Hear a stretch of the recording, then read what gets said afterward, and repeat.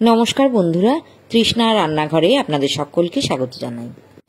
आज आमी जे रान्नाटा आपनादेर साथे शेयर करब सेटा आमी आमार मायेर काछ थेके शिखेछि।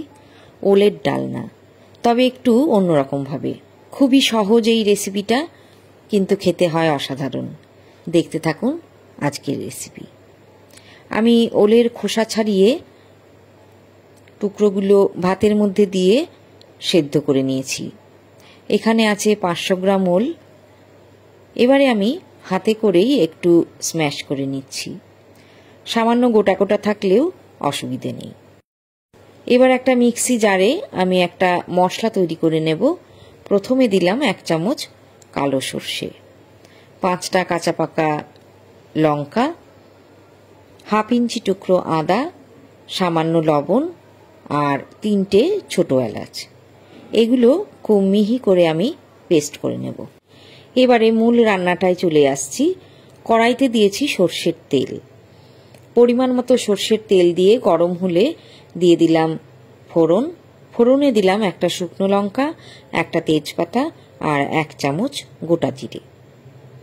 এবারে মিক্সিতে বেটে নেওয়া মশলাটা দিয়ে দিলাম। মশলাটা একটু কষিয়ে নেব। দিয়ে দিলাম হাফ চামচ হলুদ গুঁড়ো। আরও একটু নাড়াচাড়া করে নিচ্ছি। এবারে সেদ্ধ স্ম্যাশ করে নেওয়া ওলটা দিয়ে দিলাম। খুব ভালো করে নাড়াচাড়া করে মিশিয়ে নিতে হবে আর সঙ্গে সঙ্গে স্ম্যাশ করতেও থাকুন। দিয়ে দিলাম 1 চামচ মতো চিনি আর অল্প একটু লবণ। মশলা বাটার সঙ্গে আমি একটু লবণ দিয়েছিলাম, তাই লবণটা বুঝে দেবেন।